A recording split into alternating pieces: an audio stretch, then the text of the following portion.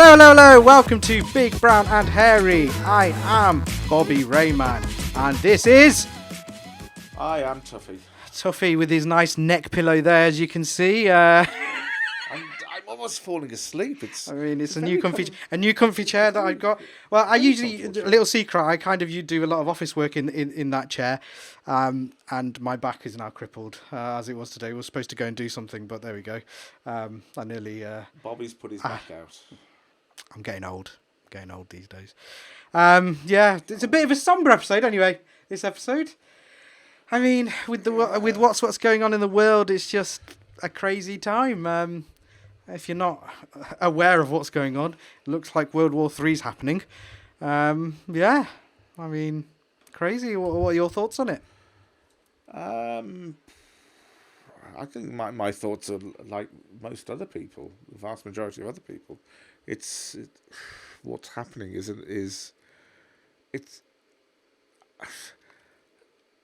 when you think that Russia couldn't, find another level to hit sort of rock bottom, to hit absolute zero, they managed to find it, and there'll be further levels down. You just know it. It's what's happening is an absolute disgrace. It's a disgrace what is happening. Should we break down what kind of is the reasoning that's been given by Mr. Putin? It's basically just obvious, isn't it? He just wants Ukraine back. What he's trying to barter with what they provide. I think it's a particular gas that I can't remember, something nitrates or something, that they provide a lot to Germany. They're threatening, stopping that. Whereas Germany have already pulled the plug on that gas line. The secondary pipe, but there is an original pipe. Yeah.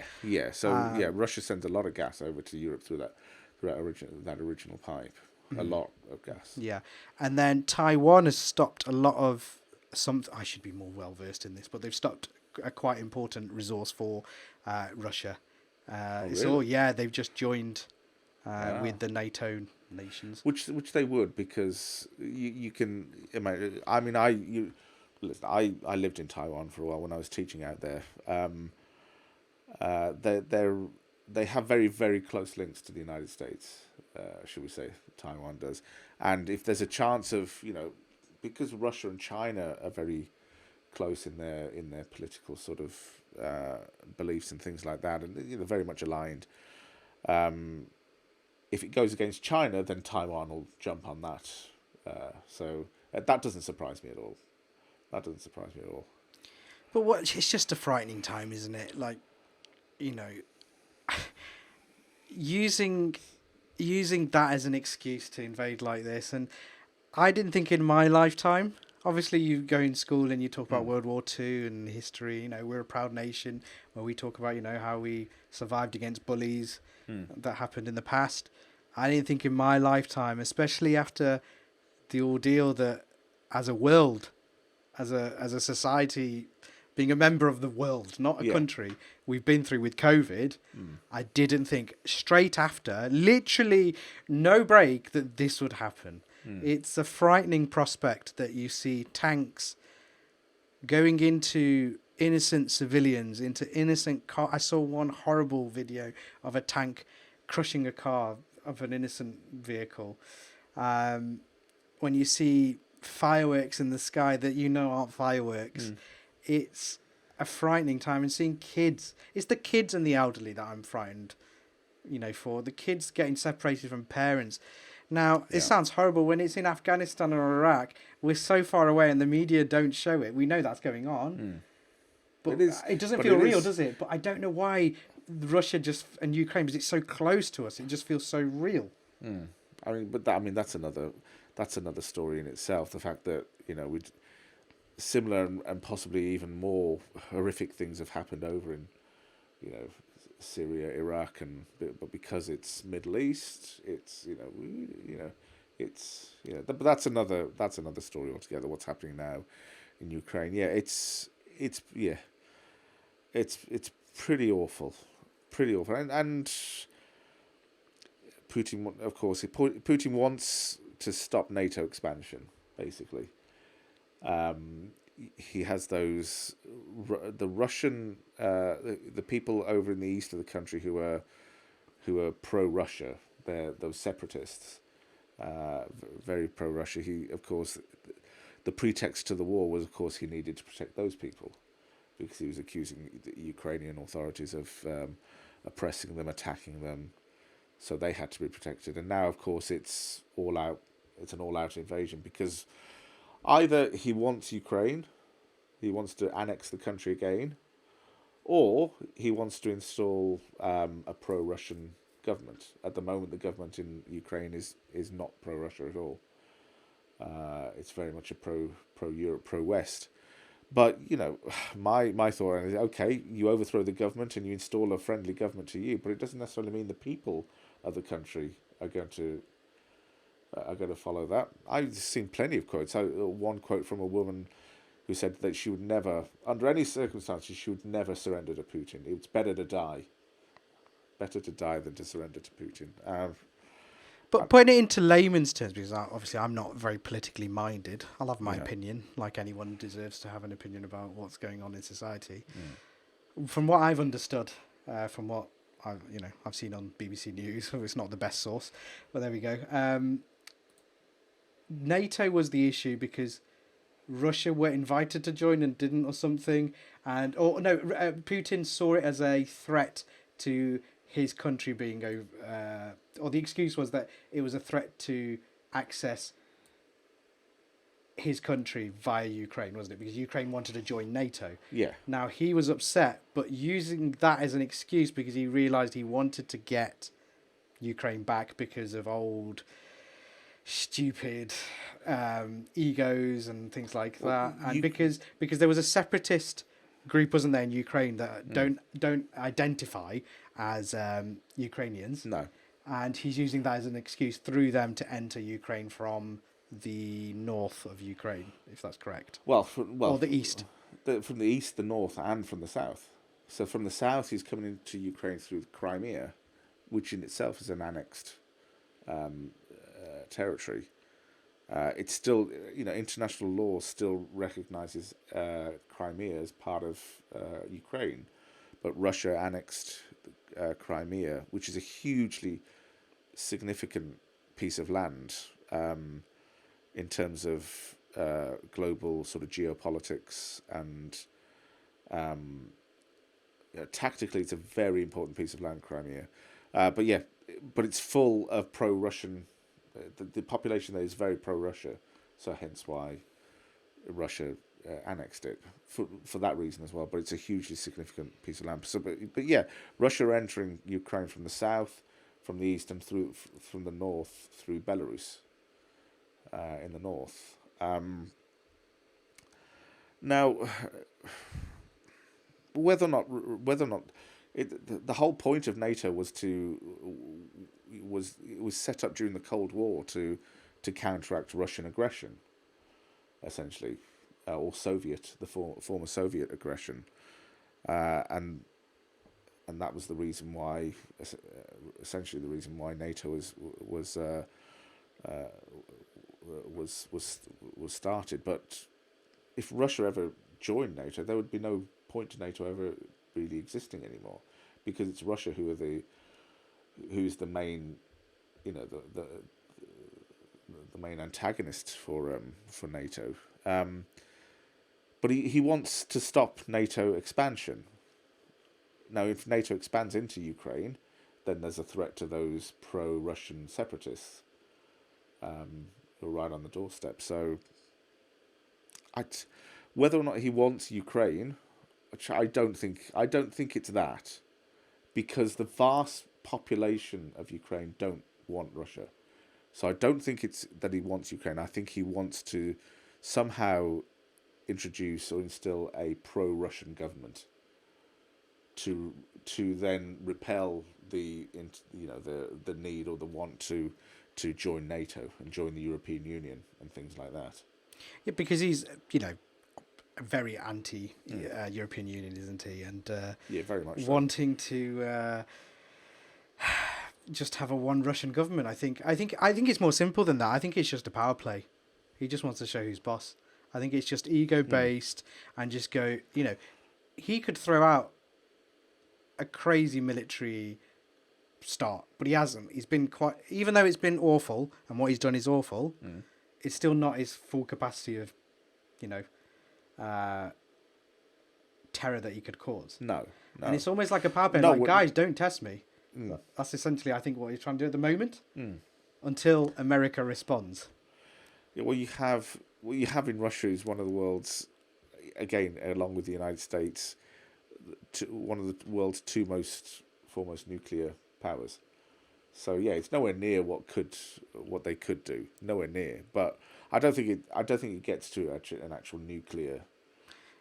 No, I don't think it gets to. I hope it doesn't, because I don't want to really grow out a third arm out my chest. No. I've watched enough Simpsons. I don't need to turn into one of those three-eyed fish. Three-eyed fish. Yeah. Yes. But from what we've seen, it's horrible. But the positives. Look at the Klitschkos. I mean, I'm from a sports background. I love sports. I love boxing, and I've never really warmed to the Klitschkos. I respected their fighting capabilities, but that's out the window. This shows who they really are, and them being on the front line along with Usyk. Yeah. I mean, it really shows. It's not for photo op reasons. They're using their status for good again, and fighting for their country, and they're not evacuating, not listening. They're going on the front line, and you've got to respect it. Very much so. Very much so. And as men, I'll be using the cliche of men, and they've gone back into, what we're our primal instincts. And I know it's a bit controversial saying that in this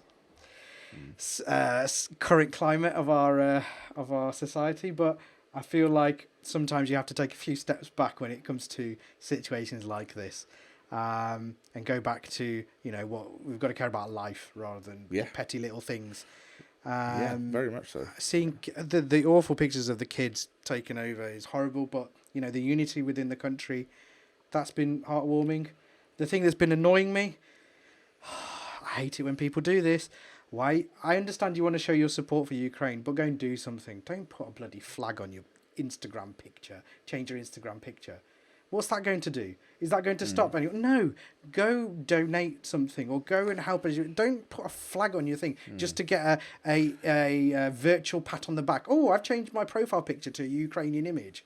Shut up. It's like when, clap for the NHS bollocks. It's that virtue signalling bollocks. Let's use social media to go and highlight the good people and how we can help. Like what we can do. Well, when you do something good, you either do something good because you want to do something good, or the second reason is because you want to be able to show people that you're doing something good.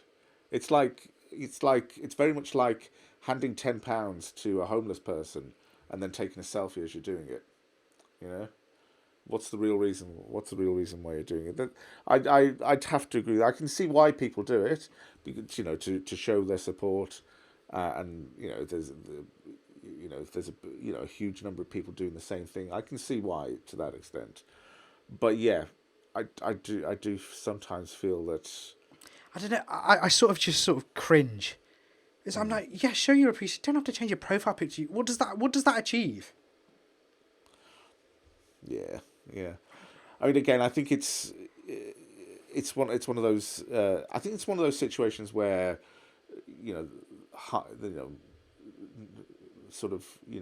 supporting numbers. No, I totally understand that. I can understand it from that point of view. But I think I'm more an old school way of thinking, which is actions speak louder than words, or images or whatever. I mean, I'm gonna do it. You've got to go do it. Yeah, I'm the same. If I'm going to go and do something good, I'm going to show my support or try and do something to help. I'm going to do. I'm not going to sort of shout about it.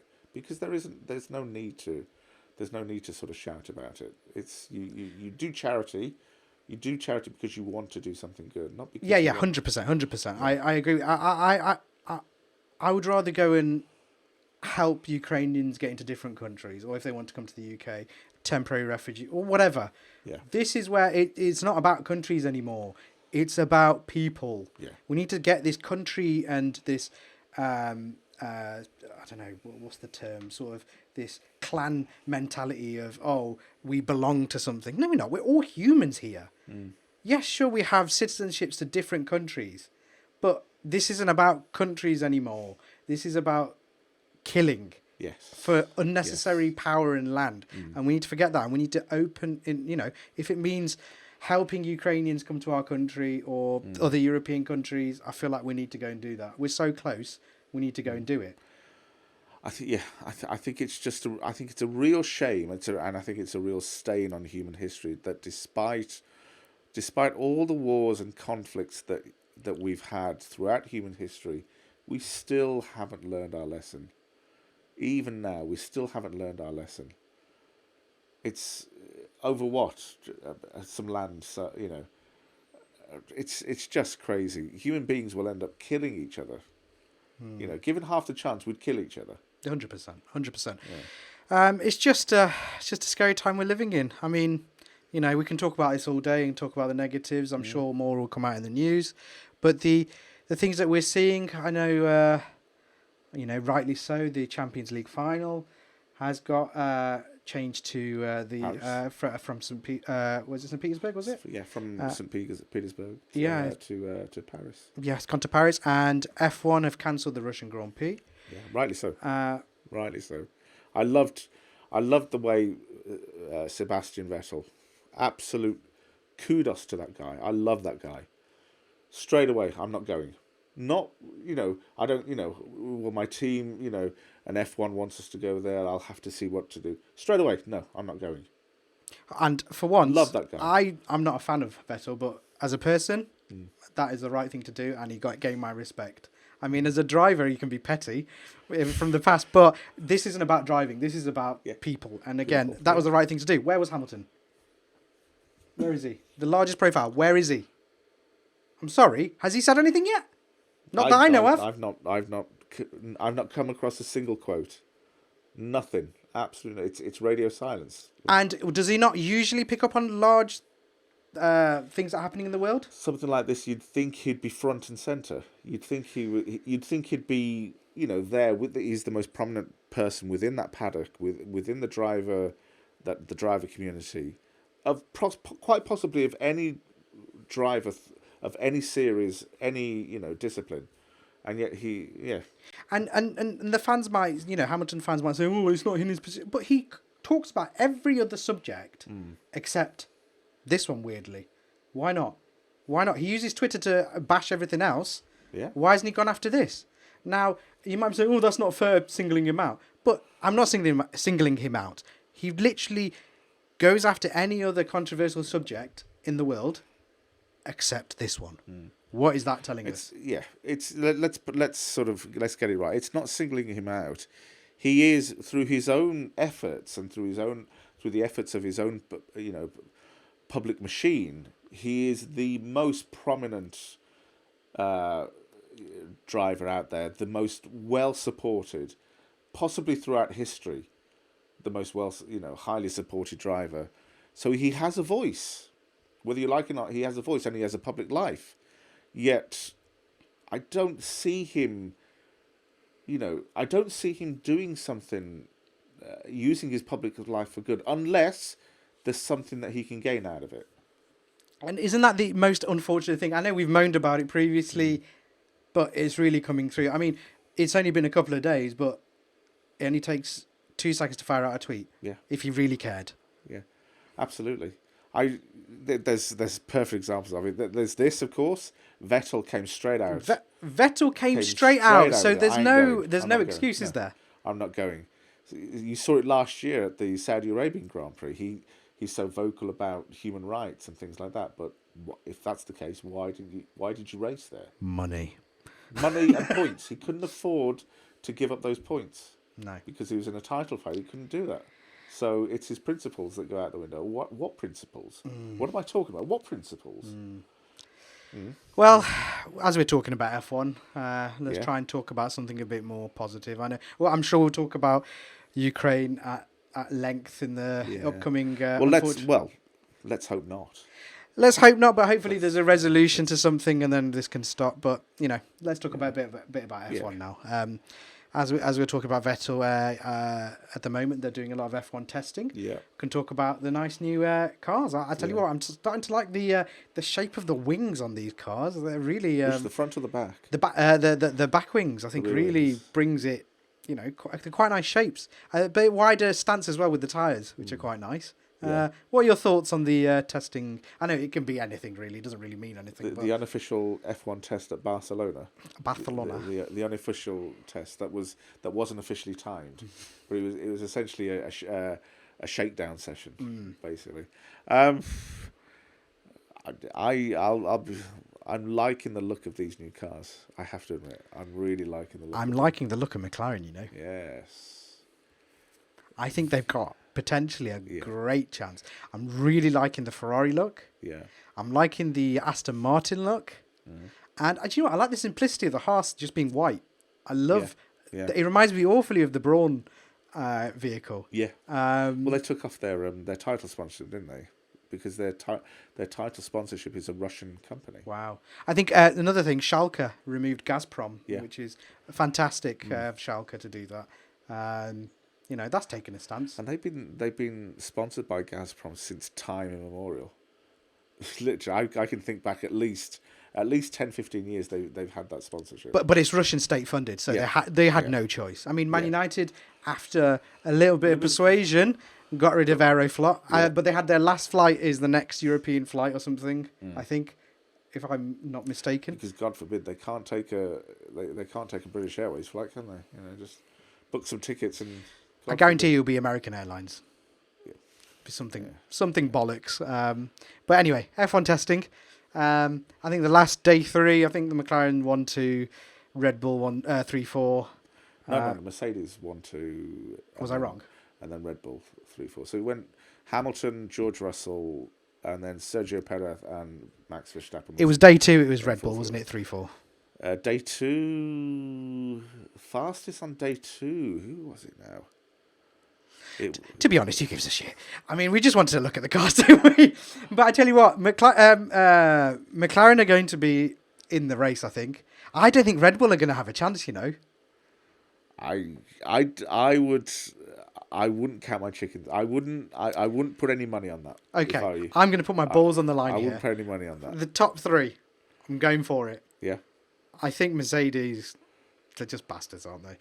The nice thing, the Silver Arrow's back. I think they will top.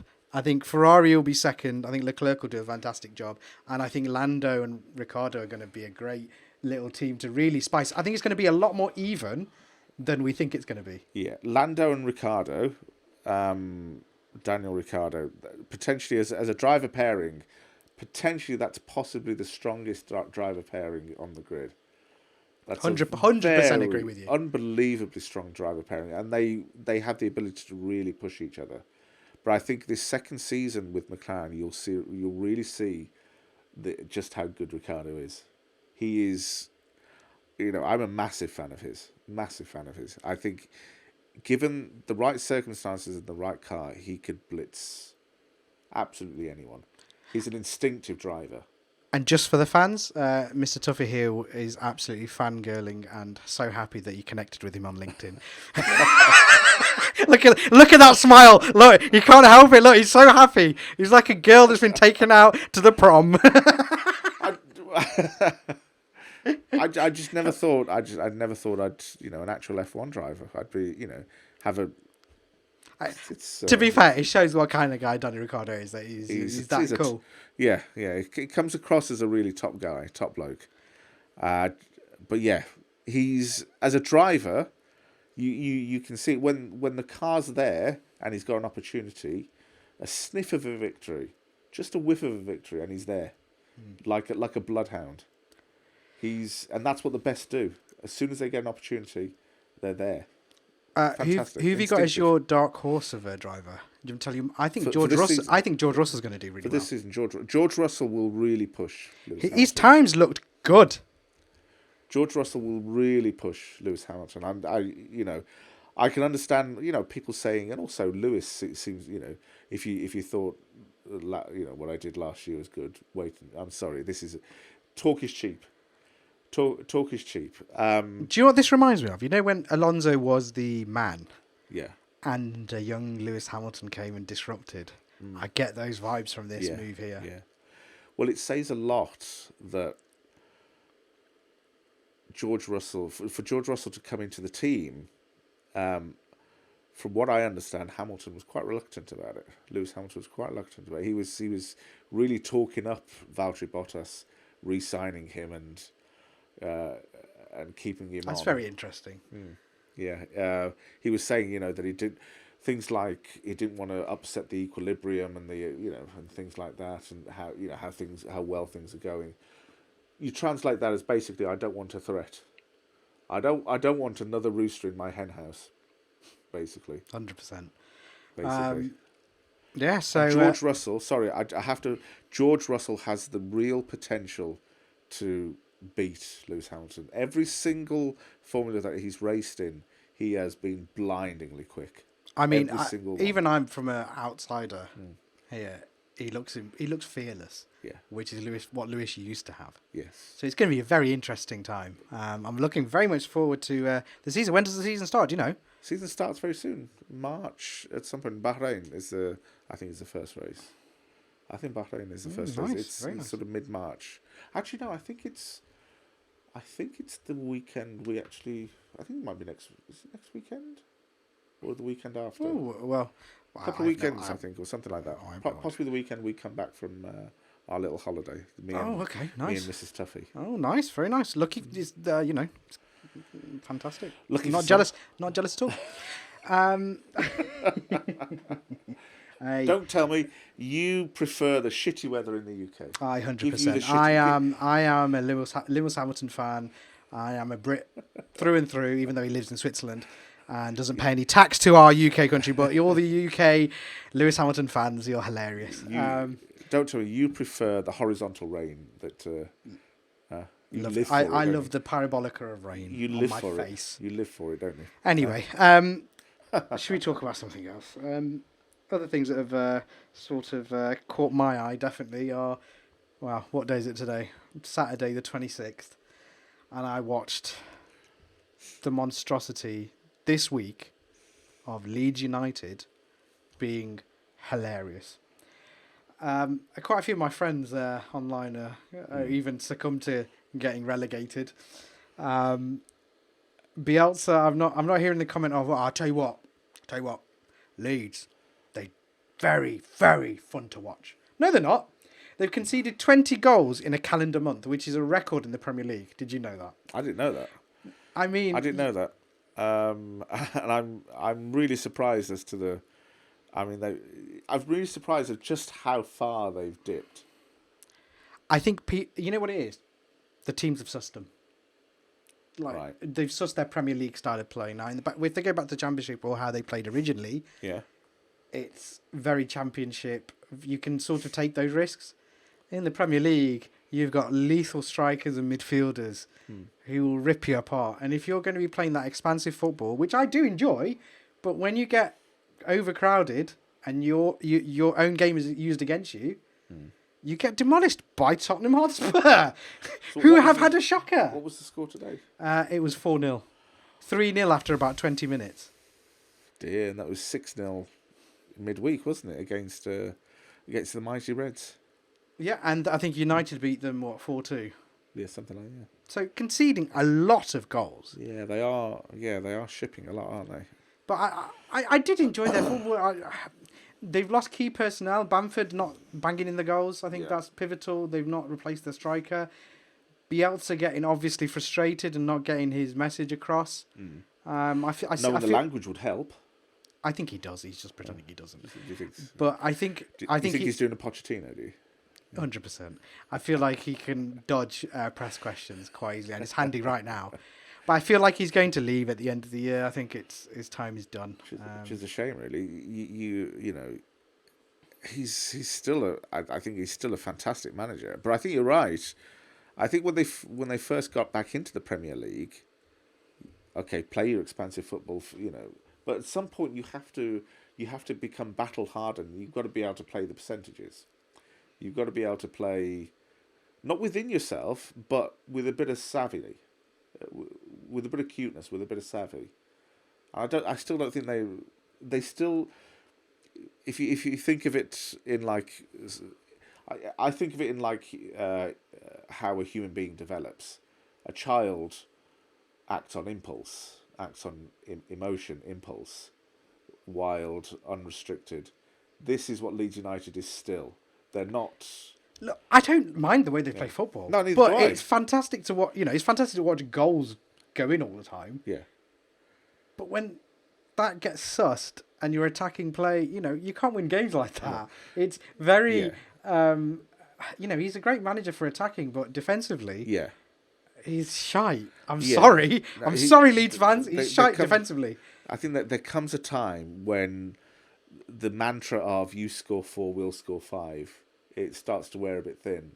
Especially when you've got super coaches like, these German coaches like Tuchel and Klopp. Klopp, I'm not mentioning Rangnick. But why not? I mean, Rangnick. No, I'm joking. Rangnick's done okay, but he's too many draws for my liking. I'm a Liverpool fan, and I have to say, I think Rangnick is a fantastic coach. I think the problem there isn't the coach. It's the egos, isn't it? Let's be honest. The problem there is too many egos have forgotten what a privilege it is to play for a club like Manchester United. And unfortunately, I have to agree with the Liverpool fan here. Yes. Yeah. I mean, there's no other question. When all these leaks, United never had any issues with press leaks or anything like that. No. No. But look at it now. But anyhow, I don't really want to talk about it. I get depressed. 0-0 with fucking Watford. Fucking Hodgson, the fucking owl-faced twat. No, I liked Hodgson. That's mean. Woy. I love Woy. He can organise a team. I'll tell you what. He can organise a team and make them battle-hardened. He can. He can organise them. They just don't. All of his teams just don't seem to score. Keeps them in the Premier League. But they're organised. But it's almost like a complete sort of. It's not sort of. You can't see progress. You can't. He is mid-table mediocrity. He is Mr. Mid-table. Does just about enough to stay there. He is Finnish Coach of the Year 1983. I don't know. I made that up. Something like that. Yeah. He was. Yeah. He was coach of Inter Milan. Let's not forget. And Liverpool. Yes. Yeah. He was coach of Liverpool just around the time of George Gillett and that other joker. That other. Gillette, the best a man can get. George Gillett and I forgot. They're so insignificant. I've forgotten what the other guy's name is. Twat and Twatia. Yeah. Gobshite and Gobshite. Oh God. But football looking interesting.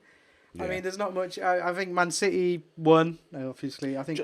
Just want to say about Leeds United. Yes. Do you what happens now then? Do you think if things go as badly and they continue to do badly, do you think the likes of I forgot his name now, of course. Just when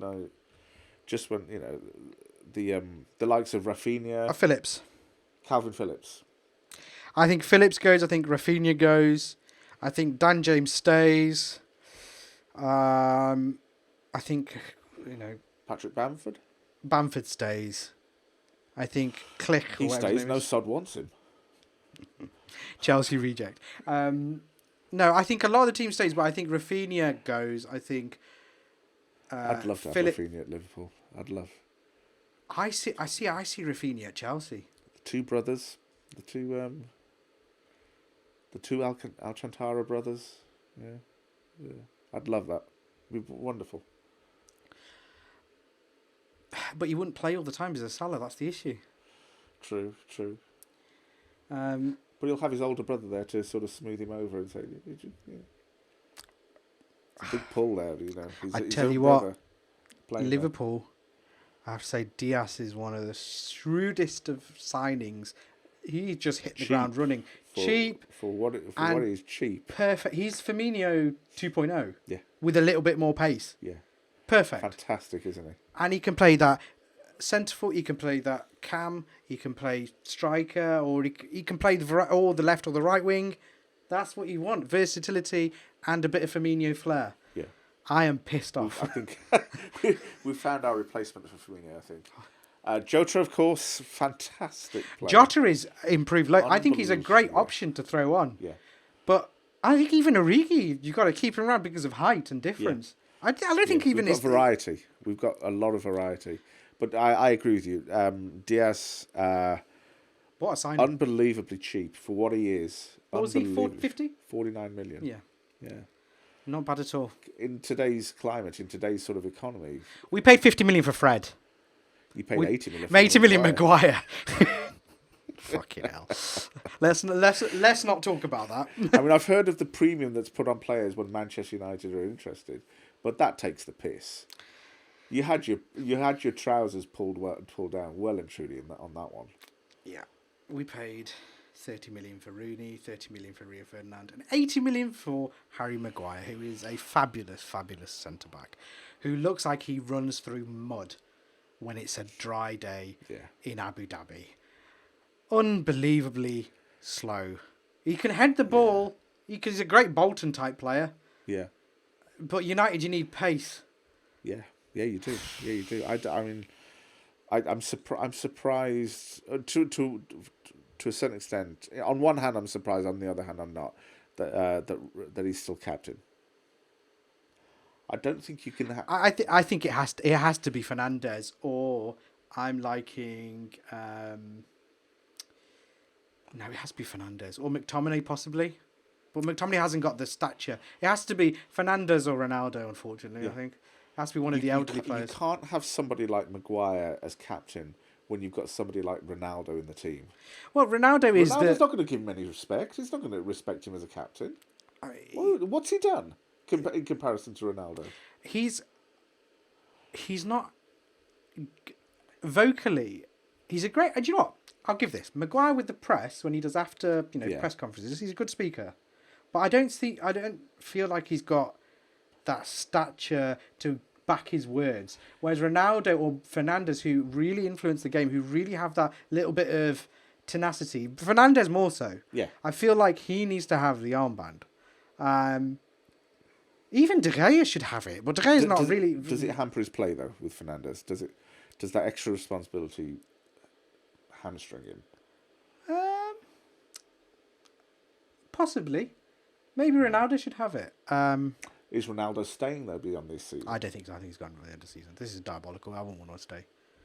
I mean, it's just a sad state of affairs. Do you think he goes back to Sporting Lisbon? I think Real Madrid. You reckon? Wow.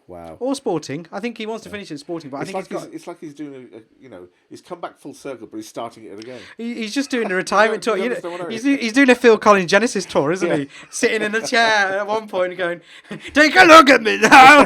Have you heard how bad Phil Collins is, by the way? Yes. I feel so bad for him. All those divorces, Phil. Fucking hell, you need a prenup, man.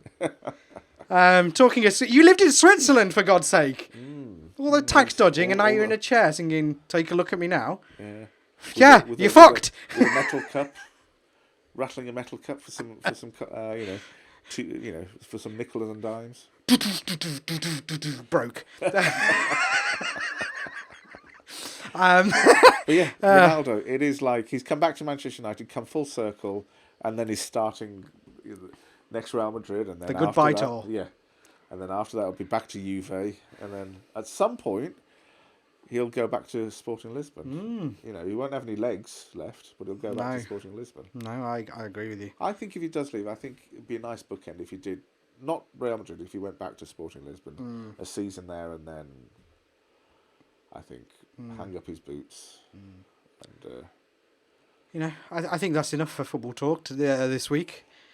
Just a passing word for a change. Passing word on Zinchenko and Yarmolenko. I can't remember who it was. Yarmolenko, I think, and another Ukrainian player. They used their positive after the end of the game, at the start of the game. That's when flags are. That's showing doing something. Yes. He represents his country, not this fake. Anyway, I've ranted enough about it. I mean, about Lewis Hamilton. And Zinchenko. It takes humility to do things like that. And Zinchenko, fair play to him on his Instagram story saying, "I hope you die a slow death," before Instagram took it away. Really? Did he? Ooh. So Zinchenko, fair play, Billy Big Bollocks. Yeah. I respect that. You might be the second choice left back at behind Cancelo, but in my heart, you're number one. And But thank you. there was also that tennis player. I've forgotten his name now. The Russian and a Russian footballer as well. But the Russian tennis player signed no war or something like that. Please, or No something. war, please, which is cool. But he should have done it in reverse because obviously camera does it in. I'm sorry, I'm being a dick. We can't read babackwards like. It's a nice little statement. Very, it's a No. I'm being a dick. You jest. Yeah, I jest. No, fantastic statement. And seeing Russian people do that, and Abramovich's daughter saying something. Oh, Yeah. breaking news, by the way. Abramovich has given up his power of Chelsea and given it to the Chelsea committee, Yes. the charitable committee. Now, I think he's doing that for now and then taking it back over. Or is Of he? course he is. Of course he is. Because Chelsea. This is a way of him not losing the club. Put the stewardship and the control of the club into somebody else's hands. It still means he owns can it. still do transfers. It's still him. It's still him bankrolling it. Bankrolling the entire club. This is Hence, the charitable word is very important in this. whoever his lawyer is who's advised him to do this has earned his money, his or her money. Yeah, it's Putin. Yeah. Crimea River. Hey, I wanted to use that joke earlier. Anyway, it's not funny. Anyway. Yeah, whoever his lawyer is has really earned their dough there. It's basically like it's akin to somebody who's being sued, who then transfers ownership or the name of whoever the name on the deeds of his house to somebody else. That's basically what it is. Well, like in America where they have these PACs and super PACs, and when they're running for, so basically they get funding for their whatever political thing they want to do, but when they want to run for office, or a particular state or whatever, a governmental role, they can pass on that super PAC to somebody else to look after. It's like that. Just look after this while Putin calms down, and then I'll come back and save the day. It's basically the same thing that Trump did when he got the presidency. He handed over the stewardship and the control of his property empire to his sons. Yeah, he's still the main guy there. Of course, it's just there by paper. It doesn't mean anything. Yeah, it's a crazy time, isn't it? We're living in. Day by day, we're having some other news come in, even as affecting sports. And the only people left is FIFA, who haven't done anything. Oh, that non-corrupt organisation. So I saw Gary Lineker having a go, going, "Come on, FIFA, you're a bit slow on this." Do you know what the FIFA did? They said, "Oh, we're just investigating further." What does that mean? So somebody's having another cup of tea, I think. Another cup of tea and another biscuit, I think. Wank stains. Yeah. Anything else you want to discuss sports-wise? I think that's it, really. I think the Russian dominance of... Russia-Ukraine was always going to dominate this particular Unfortunately. episode, I think.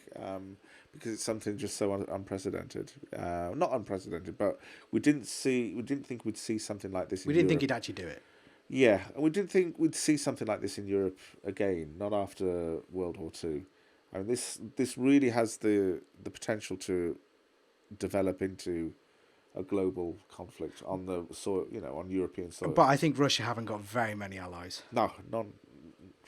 China, maybe North Korea. But if China Wonderful. combines with Russia, that's a whole lot of people. That's a lot of people. I think China currently has the world's largest air force. I think That we know of, because they keep obviously being still they're very secretive. Very, and that secretive. communist mentality. We don't know the real numbers, especially even Russia. We don't really know the numbers. No. But the real problem is that we're talking about nuclear superpowers now. We're not talking about during World War II when nuclear weaponry was still in its infancy and experimental stages. We're talking about genuine nuclear heavyweights. So the question is, what country are we fleeing to? I'll tell you, I wouldn't mind going to the Seychelles. India seems pretty safe by now. But I might even go back to Bangladesh. Fuck it. I might. We're going on holiday to Mauritius. I might stay there. Yes, I don't blame you. I might stay there. I mean, India seems pretty far away from these two. Yeah. Australia seems pretty good, and New Zealand. Australia. I mean, I would... New Zealand, there's one, actually. I would take the creepy crawlies right now over, I don't know, a nuclear... Holocaust, or, growing extra ears. Yeah. Extra eyes. I'd take living with hobbits. I'll live with Peter Jackson, that's fine. Yeah. I'll watch the shitty Lord of the Rings. Don't get me started, that's another subject for You don't another like day. Lord of the Rings? I fucking hate it. Elvish, another language, fuck you. Anyway, another day. I'm not going into a rant about Lord of the Rings. I can't believe it. I can't be bothered.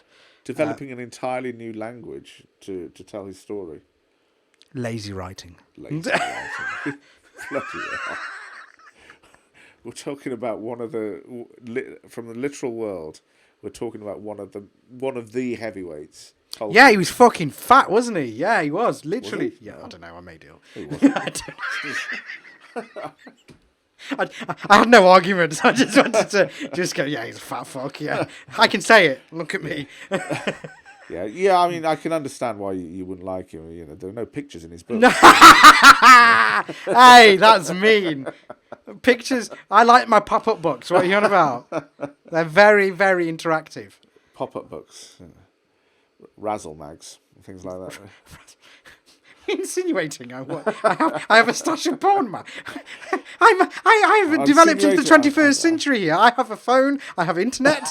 There are plenty of websites. I don't know if you've discovered this. I don't have my wank bank of magazines. What on earth? Who uses magazines for their menly pleasure times? What are you on about? It's gone off the rails, ladies and gentlemen. I'm too tired to give a shit, really. I'm too tired to give a shit. I found out Tuffy's got a stash of Playboys probably somewhere still. Pretty unlikely. Pretty unlikely. Mrs. Tuffy, no, I'm joking. She'll batter me. She would as well. I know she would. Oh, God. Anything else in this episode? I can't really think of anything. I mean, there's stuff in the wrestling world that's gone on, but I don't think it's really appropriate to talk about. But I don't think there are going to be all that many people. It's a very niche subject. It is a niche. I talked about wrestling last week. I talked about Cesaro being... Cesaro. And there are going to be people out there going, who the fuck is Cesaro? Don't you dare talk about Cesaro like that. He is my guy. I mean, he has been made a scapegoat out of WWE bollocks. Who but anyway, been made a scapegoat out of WWE? Oh, that's true. That's true. So he's no longer tag teaming with the Irish guy then. Oh, that was years ago. He was on a singles run. He got pushed to WrestleMania, and then he suddenly got dropped because he didn't sign a contract extension last year, new contract. So they didn't offer him. They were disrespecting him because his talent is crazy, and he was over with the crowd, and that's what it's all about. But Vince McMahon wanted to sort of slate him because his accent is a bit French Swiss, but he's a great speaker. He's quirky. But, it's not American, so you have to be an evil guy. That bullshit. Okay. He's a 78-year-old man. We'll talk about Vince McMahon in a second properly. I've got something crazy to tell you. Okay. Cesaro's been hard done by. They couldn't figure anything out. They couldn't figure anything out, so he signed a 1-year extension. Now that 1-year extension passed, and they still couldn't agree, and he quietly left. They didn't release him. He left. Now, for me, his home has got to be AEW or Japan. AEW is built for him. The beauty of this is he's got no 90-day compete clause because his contract ended. So he can turn up this Wednesday. Wow. Or at the pay-per-view at Revolution. What do you think the chances are of something like that happening? Very high. The internet will break. Right, okay. So Cody Rhodes possibly goes to WWE? Or does he? There's rumours that's gone quiet because he keeps on saying that he's a stay-at-home dad now and that he's retired. Right. I don't know. He likes playing that sort of old-school wrestler where they keep it secret. But if he goes back to WWE, as I said last week, he's a bitch. I'm sorry. He's the only one that was going after this war of like, oh, WWE screwed me over. Now look at me. I've been a part of this new company. And then he goes back like a little bitch, apparently. But let's see what happens. Apparently, allegedly. Well, the rumour is that the rumour I've seen online is that WWE wanted, the production team wanted him to cover up his neck tattoo with makeup, and now apparently the conversation between WWE and Cody Rhodes have gone down south. What is that tattoo? It's the American Nightmare logo. He's that sad. Right. He tattooed his own logo on his neck. Look Right. at your face. But that's the kind of guy he is, and we're seeing it through now. Lovely. But anyway, we'll see what happens. We'll see what happens. He's all humility, that guy, isn't he? You know, I don't want to state him because he was a part of Legacy and fantastic. But I hope something happens, a resolution happens, and he comes back because he's got to. I still think it's a work. But going back to Vince McMahon, are you ready? He's a 76 or 78-year-old man. How old is he now? Do you know? Let's have a look. Let's have a look. How old is the Vincent of McMahons? Vince McMahon, the guy with the strut. The Billy Strut, as it's known as. This is so unprofessional. Vince McMahon is 76 years of age. Are you ready? He's going to be having a wrestling match after nearly 10 years.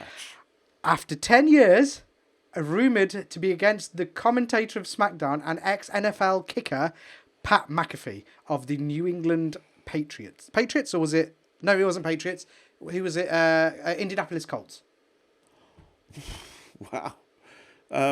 Actually, TalkSport are talking about that very same thing. Vince McMahon set for return to the ring at 76 years old, with WWE chief to join Stone Cold Steve Austin by making sensational comeback at WrestleMania. And the rumour is Stone Cold's going back, as I said last week, as I went the rant. But yeah. Vince McMahon. Now, for me, that oozes desperation because they're offering buy one, get one free tickets for WrestleMania. Because WrestleMania is 2 days again this year. That could be just because they're doing packages. But buy one, get one free. Sorry, I burped then. That was gross. I don't care. Big, brown, and hairy. Do we give a fuck? No. Vince McMahon coming back uses desperation for numbers. Their numbers for Raw are falling. Yeah. You know, it's not. If you're, I still want to see it. Don't get me wrong, but he shouldn't be coming back at that age. It's a real sort of. I'm thinking more about his health. He doesn't give a fuck. Have you seen him? He's on like horse medicine. He's built like a... I mean, that may well be the case, but he's still 76 years of age. He's going to be 77 in August. But he's not a normal human being. Maybe not, but he's still an old guy. And if he watches wrestling matches, they're not wrestling matches. They are like usually hardcore matches where he's using like chairs and stuff, and it's all very, very... what's the word? All I'm saying is orchestrated. That he's not the spring chicken he used to be. He never was. If you get my meaning, he's not the young buck that he used to be. But are you going to watch it? Yes. I'm going to watch it. Car crash television.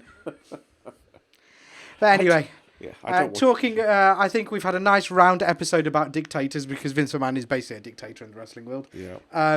We've had a nice sort of rounded, not nice. I mean, it's been a horrible episode. I didn't really want to talk about Russia and Ukraine, but you know, we want to. You know, we're going. I'm going to donate to things and try and help if by any means. I'm not going to put bloody Ukrainian flags all over my social media. No, I'm going to actually go and try and do something to help charities that are helping, or I'm assuming the Red Cross are going to get involved. Yeah, the International Red Cross, they would always get involved in something like that. Absolutely. And supporting, in any way you can, or supporting the volunteers if you want to go and volunteer, that sort of thing. That's the only way I think I can end this. Yeah, there are plenty of things that people can do to show genuine and real support to what's happening over there. There are a lot of things, a lot of resources out there on the internet. Just Google, and you'll find lots of opportunities to really try and make a difference. Try and help. I'll make sure. So we're talking about human lives here. It's a serious subject. We're talking about people who've been caught up in something that they never thought they'd ever be caught up in. And it's when something like that happens, you really find out what sort of person you are. When all of a sudden a bomb hits and you have to survive. That's we're all human beings at the end of the day, and we all share that brotherhood and sisterhood. 100%. So very well put. I couldn't have put it better myself. Excuse me. Yeah, so we'll put some, stuff in the description if you want to find places to donate to the Red Cross, or, if we find other charitable things. I'm not going to... Oh, I'll plug our social media if you want to see other things that you could go and access Red Cross-wise. Or you can catch other episodes if you want to. It's up to you. We're not going to push it this week, but at BBHarmy on YouTube, Big Brown and Hairy on all the other social media platforms. Big Brown and Hairy on all your podcast platforms as well, if you want to just listen to audio only. But if you want to watch the video version, you go at BBHarmy on YouTube, and you can watch our wonderful, wonderful faces. Or if you're already watching our faces and you just want to listen to us in the car, go to all your podcast platforms. So that's Apple Podcasts, Spotify, Amazon, everywhere. Sorry. Yeah. As you hear Tuffy coughing there, he can... It's not the Rona. It's not the Rona. How funny has Rona gone out of our minds right now? But as I said, yes, donate, help if you can. Only if you can, to the Red Cross and all the other organisations that we'll put up. Yeah. And we'll see you next week. And hopefully we can talk about this being resolved, and hopefully it's all something. Yeah, this being resolved, something being done, so that as fewer lives are lost as possible, because there's already been plenty of bloodshed and plenty of death. It doesn't need any more. Yeah. Help where you can. Yeah. See you next week. Bye bye.